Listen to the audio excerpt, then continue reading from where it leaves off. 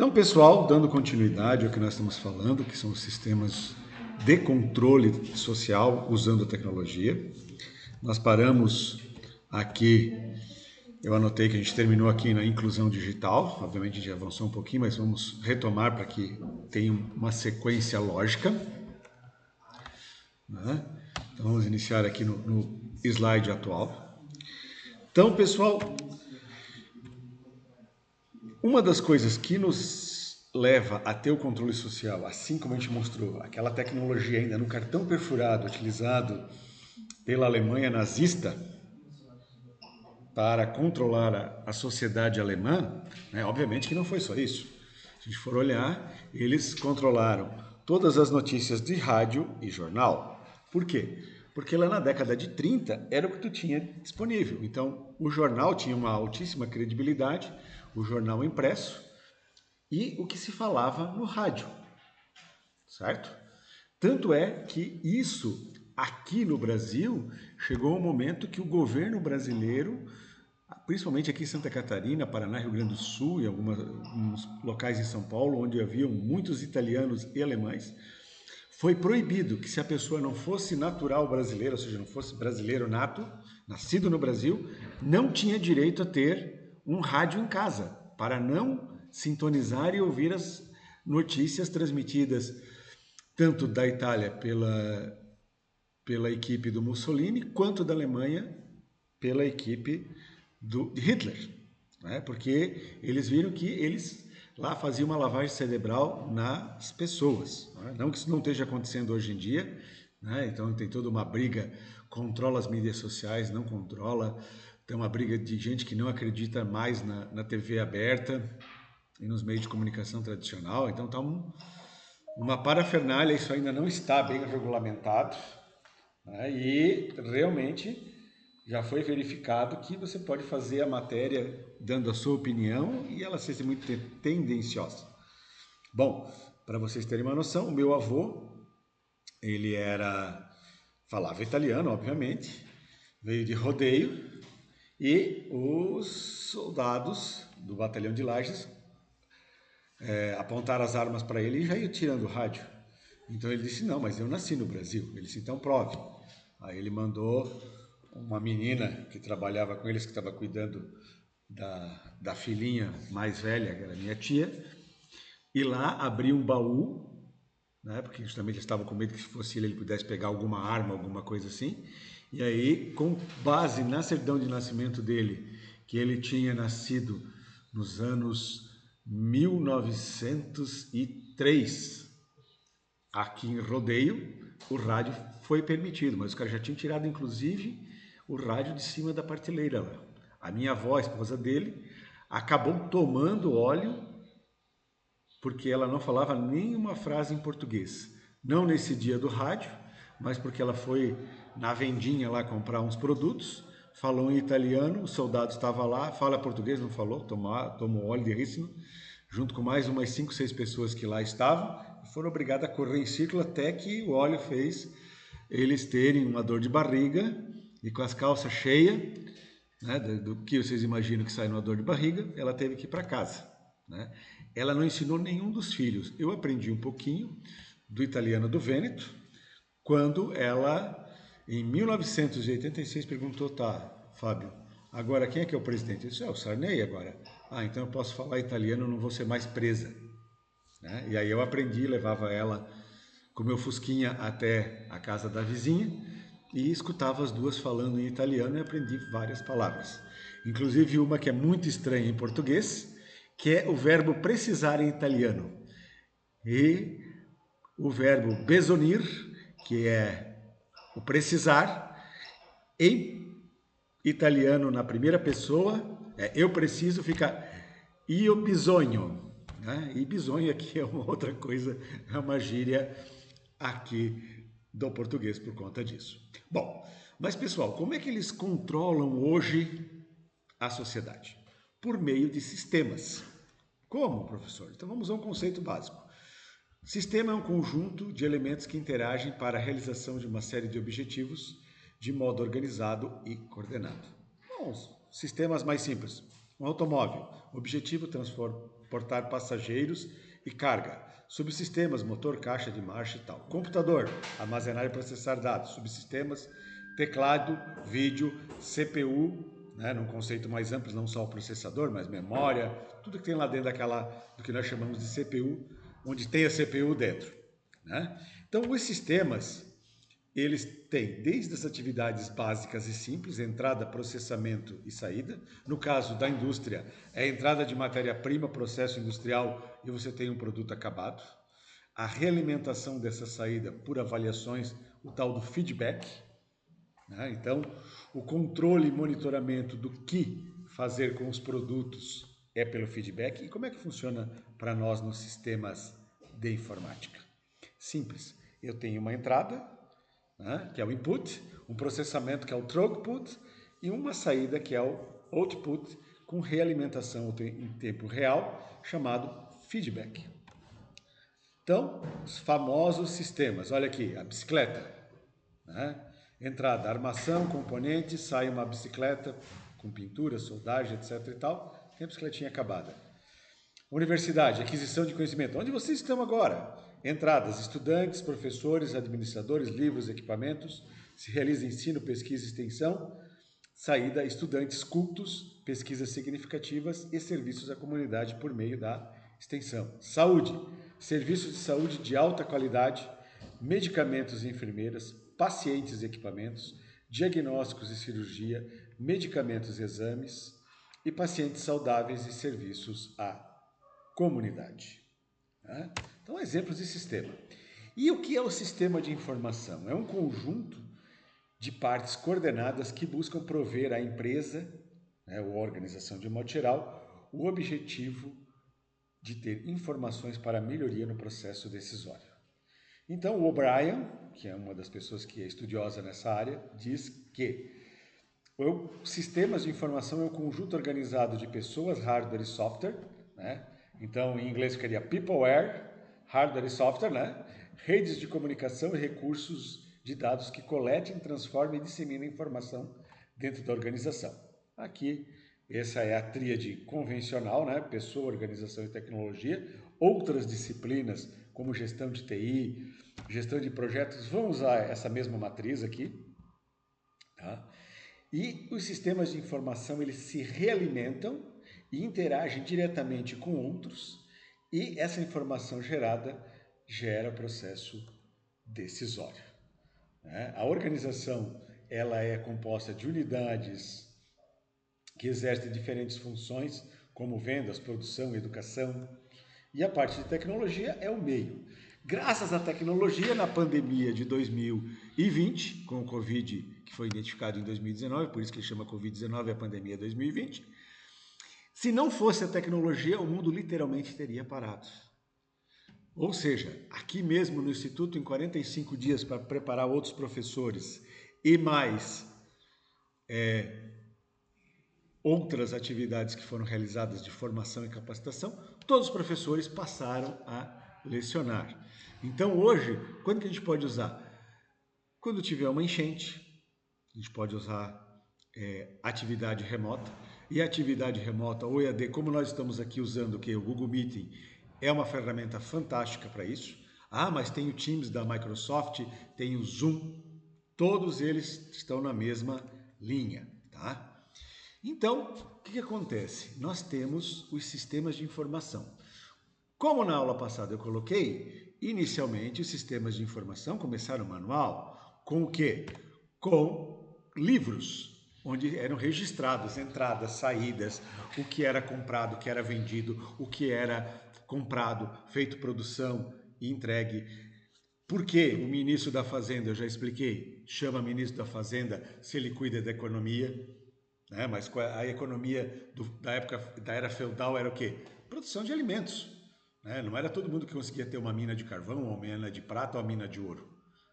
Né? Era na produção de alimentos, mesmo aqui no Brasil, com a intensa exploração lá em Minas Gerais de ouro e prata, o que gerava dinheiro aqui no Brasil colonial e depois no Império era o quê? A produção de cana-de-açúcar, do pau-brasil, que quase chegou à extinção, e logo depois, café. Né? Quando que nós tivemos os sistemas computadorizados, baseado em tecnologia de hardware e software para processar e disseminar a informação? Gente, os computadores da IBM começaram a ser vendidos para as empresas na década de 60 só. Né? Mainframe aqui em Rio do Sul, a gente teve o primeiro, foi no início da década de 80. Eu trabalhei com ele, o professor Juliano também, que era o ABC Bull, né? Em substituição ao IBM/3, que ficou aqui por 5 anos antes. Esse eu, no máximo, fiz a leitura dos cartões e a impressão dos programas. Não programei para ele, ou seja, copiei o programa dele e digitei no outro, certo? Então, para que isso pudesse acontecer, hardware e software. Banco de dados apareceu bem depois. Redes de telecomunicação, idem, pessoal. Tanto é que as primeiras redes de comunicação eram baseadas no protocolo X25, onde você transmitia apenas caracteres, ou seja, comunicação direto dos terminais no mainframe. Quem usa isso ainda? A Ambev usa um pouco disso e os bancos utilizam ainda largamente. Por quê? Porque são baratos e extremamente confiáveis. As pessoas, peopleware, como eu coloquei para vocês, e os procedimentos. Então, resumidamente, começa a ter isso aqui. E aí, essa interação com as pessoas, pessoal, os procedimentos, etc., começa as análises. Como é que é o perfil do consumidor? Você, enquanto consumidor, eles ficam analisando tudo que você pesquisa, tudo que você faz na internet, né? E eles vão fazer o quê? Entrar em contato para você para oferecer os produtos que você acha interessante. Isso tudo registrado em banco de dados, bonitinho, né? Para dizer, poxa, o Fábio pesquisou um notebook. Tenha certeza que ofertas de notebook vão aparecer para você nos próximos dias, se não for nos próximos minutos. Né? Eles encontraram uma, poxa, vamos ofertar. Ele pesquisou isso, pode ser que ele esteja interessado em adquirir. Os benefícios, eles geram vantagens competitivas, menos erros, produtos de melhor qualidade, aperfeiçoamento e melhor eficiência, maior oportunidade, administração mais eficiente, automatização de rotinas, de tarefas rotineiras, redução de custos, eficiência e também o quê? Controle sobre processos e operações para tomar decisão. Então, olha, esse filme aqui é lá do início dos anos 2000, Candidato Aloprado. Ele virou aqui o Robin Williams, né, que já é falecido, acabou se suicidando por depressão, mas ele era um comediante fantástico. Ele era um candidato que começou a fazer o quê? Análise do quê? Das redes sociais, das palavras que as pessoas mais estavam comentando e usava isso na campanha dele. Você acha que é só ficção? Olha o que nós temos de notícia aqui. Privacidade no Facebook. Zuckerberg fecha acordo para pagar multa e evita julgamento. Então, a empresa britânica ela foi julgada, tá? Usou testes de personalidade e curtidas no Facebook para coletar dados de usuário da rede social em 2014 e as informações revelaram o perfil psicológico completo de 87 milhões de pessoas que passaram a receber propaganda eleitoral altamente personalizada. Os dados influenciaram a campanha presidencial de 2016 que elegeu Donald Trump, o plebiscito do Brexit, que levou o Reino Unido a deixar a União Europeia, também foi impactado, e nem o Brasil escapou.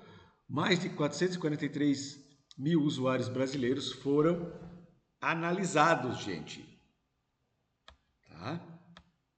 Você imagina a arma que você tem em termos de informação. Tá? Então, por que existe a cortina de ferro digital, a internet russa versus o modelo chinês?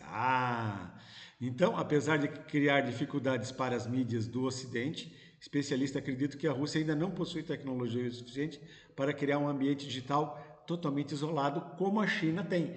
A China, pessoal, tem um sistema próprio de redes sociais controlados pelo governo. Então, os cidadãos russos, ao contrário dos chineses, conseguem acessar as nossas plataformas americanas, né? Como Facebook, Twitter, que agora é o X, né? Google, embora tenha estado sujeitas a censura e restrições. Se você publicar determinadas palavras, né, o conteúdo é censurado. E agora estão aí revelando coisas. Tem um pessoal falando que nossa eleição de 2022 teve muita o quê? Muita censura de determinados posts sob o pretexto de que era fake news, né? Sobre os sistemas de votação e etc e tal. Não vamos entrar nesse mérito se era ou não era, mas várias publicações foram eliminadas. Tá? Então, o modelo chinês, as redes sociais estão dominadas por um ecossistema, pois plataformas ocidentais como Facebook, Instagram, Twitter são bloqueadas pelo grande firewall no país, que também censura e monitora o fluxo da informação. Eles têm o WeChat, que é um aplicativo de uso massivo, que ele é uma plataforma multifacetada, com mensagens, pagamentos e serviços. O Weibo é um microblog popular similar ao Twitch. E o Little Red Book, que em chinês é Xiaohongshu, tá? Combina a rede social com e-commerce, ou seja, aquilo que acontece hoje no Facebook. Né? Você entra lá, faz as pesquisas e daqui a pouco começa a ter postagens. Facebook, Twitter, né? Instagram, começa a você receber o quê? Videozinhos sobre determinados produtos ou temas que você utilize. Ou seja, e garante que conteúdos prejudiciais aos interesses do país não cheguem à população. Então, se vocês procurarem uma coisa chamada Primavera Árabe, depois eu vou postar informações sobre ela, os governos autoritários do Oriente Médio caíram, por quê? Porque as pessoas se organizaram e pararam o país usando o quê? Usando as redes sociais. Aqui, no ano de 2016, se eu não me engano, no governo Temer, os caminhoneiros, que estavam o preço do combustível subindo, o preço do frete não era reajustado, eles se organizaram via rede social e paralisaram o Brasil por uma semana. Faltou produto na prateleira do mercado, faltou combustível. Né? Então, o WeChat, ou Weixin, é a aplicação dominante, como o Super App, que combina mensagens de voz, texto, vídeo, pagamentos e até serviço financeiro. O Weibo, que é o Sina Weibo, é semelhante ao Twitter, é o microblog. O Xiaohongshu é o Little Red Book, que é a plataforma única que une rede social e o e-commerce, né, servindo para recomendações de produtos, tutoriais de beleza, compartilhamento de experiência de compra. Obviamente que tudo que é processado é analisado, até mesmo aqui no Ocidente. Quando eu vou publicar, eu já coloco que as minhas aulas não é conteúdo para criança, porque se eu disser que é conteúdo para criança, é 3 vezes mais demorado, é tudo analisado, e se eu falar qualquer palavrão, eles bloqueiam o meu vídeo.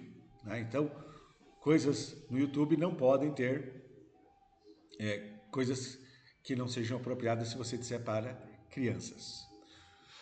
O Douyin é o TikTok e o Kaishou, né? São plataformas de vídeo curto popular que completam globalmente e internamente com formatos de vídeos curtos, entendeu? Ou seja, eles têm uma réplica para cada um aqui do Ocidente. Então, características do ambiente das redes sociais na China: ele é um ecossistema fechado, a ausência de plataformas ocidentais criou um mercado cativo para alternativas nacionais deles, né? Impulsionando a inovação local. Tem regulamentação e censura, ou seja, todas as publicações são rastreáveis por número de telefones e censuradas se consideradas prejudiciais aos interesses do país. Se a gente for olhar, né, até mesmo a minissérie sobre o Silvio Santos mostra como é que eram os processos de regulamentação da TV aberta no Brasil. Todos os programas eram assistidos, não tinha nada ao vivo, era muito pouca coisa. O próprio Silvio Santos esteve perto de perder a possibilidade de publicar ao vivo os programas dele, né? Até porque era considerado, ele tinha alguns programas que ele teve que ir para a noite, porque as mulheres estavam lá mostrando as pernas na época, e isso já era o fim do mundo para o governo daquela época, né? Então eles tiveram que se adequar, levaram para um horário mais noturno, onde eu lembro bem, quando chegava 8 da noite, aparecia o quê? Antes do Fantástico e dos Trapalhões, aparecia a seguinte mensagem: esse programa não é recomendado para crianças menores de 12 anos. Até hoje aparece nas TVs abertas, esse programa é recomendado para todos os públicos, ou é para a idade tal. Então, se você tinha filmes com insinuação de sexo, que não parecia nada mesmo, na década de 70, ou de violência extrema, era somente para acima de 16 anos, depois das 10 da noite, gente. Tá? Então, a integração com o e-commerce, ou seja, muitas plataformas oferecem funcionalidades de compra e venda, integrando o comércio eletrônico diretamente, como tem aqui, né? Então, como isso foi possível, gente? Usando a tecnologia da informação, a nossa querida TI, que é o conjunto de recursos tecnológicos e computacionais para geração e uso da informação. Então, esse conjunto de recursos desempenha uma ou mais tarefas de processamento, tal como coletar, transmitir, armazenar, recuperar, manipular e exibir os dados, né? Então, que TI estão presentes nas nossas empresas? Bancos de dados compartilhados, rede de comunicação, ferramentas de apoio à decisão, notebooks e comunicação sem fio nos celulares, fibra ótica, comunicação por satélite, centrais telefônicas inteligentes, todos os processamentos de dados que a gente vai publicando. O principal benefício, melhoria da qualidade e disponibilidade da informação e conhecimentos importantes para a empresa, ou seja, quem é o público que está acessando as minhas redes sociais? Quem é que está consumindo meus produtos? Né? Então, eles usam muito uma palavra que é de origem espanhola, que é a persona. Qual é a persona para esse determinado produto? Qual é o público? Ah, são homens, são mulheres? Então, por exemplo, tem uma propaganda muito engraçada que começou primeiro nas redes sociais, que foi da Nissan Frontier contra a Hilux da Toyota. Por quê? O que eles fizeram? Eles pegaram e olharam quem é o público da Nissan Frontier e da Toyota. Ah, são homens de 18 até 55 anos. Maravilha, minha idade aqui, né? O que eles olharam?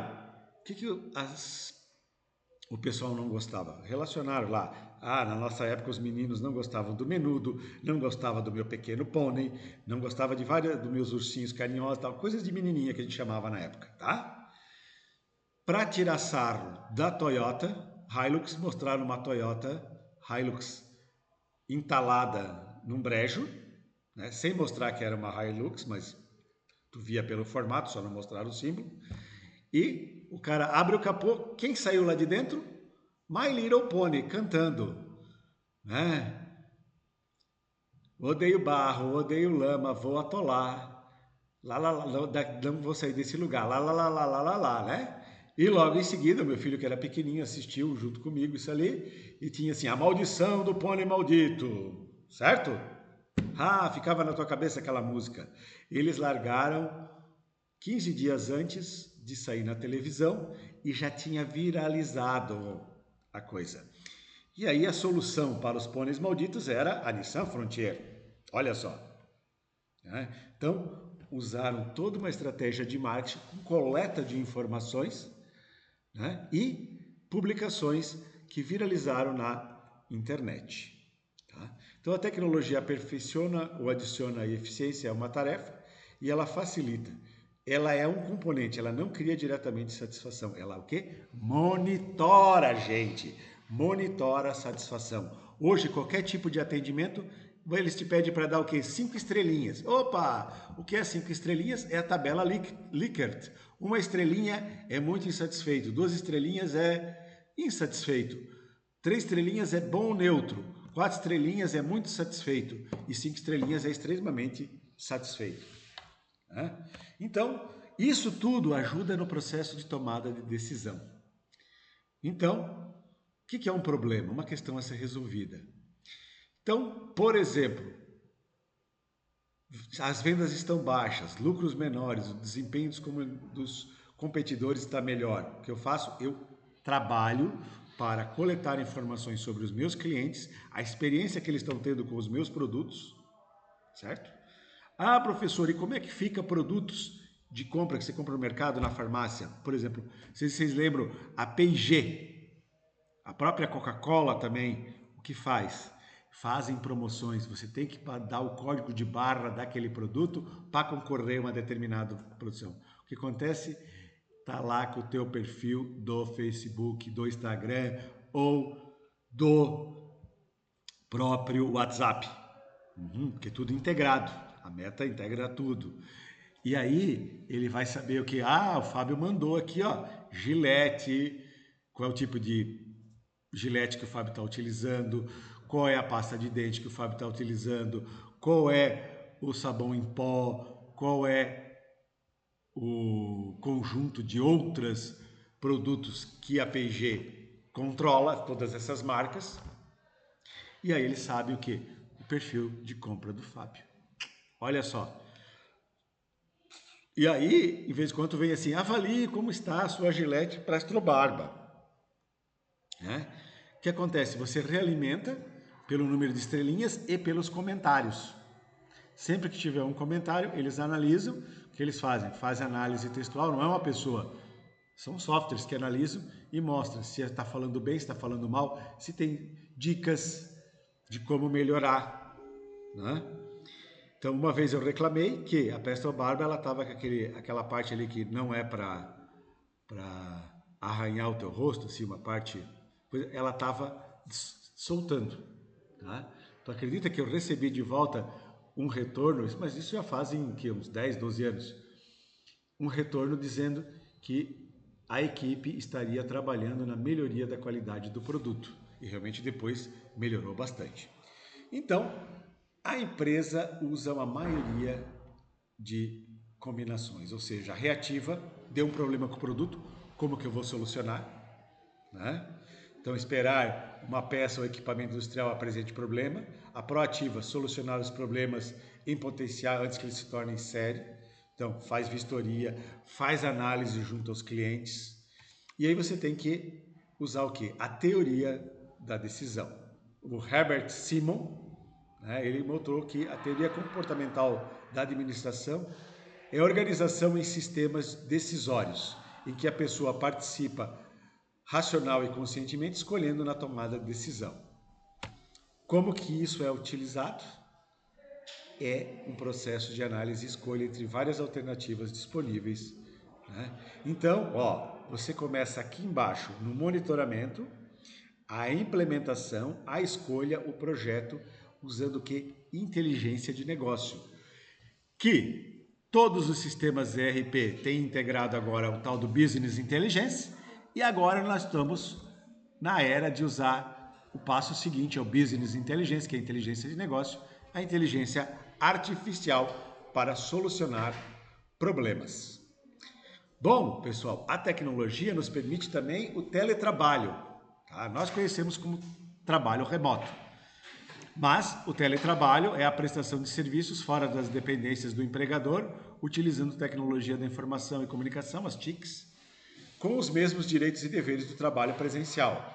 A modalidade pode ser realizada em casa, espaços colaborativos, né, dependendo da função. No caso, eu venho gravar as aulas aqui no Instituto, fica melhor o ambiente para fazer isso e manter a comunicação e execução dessas atividades.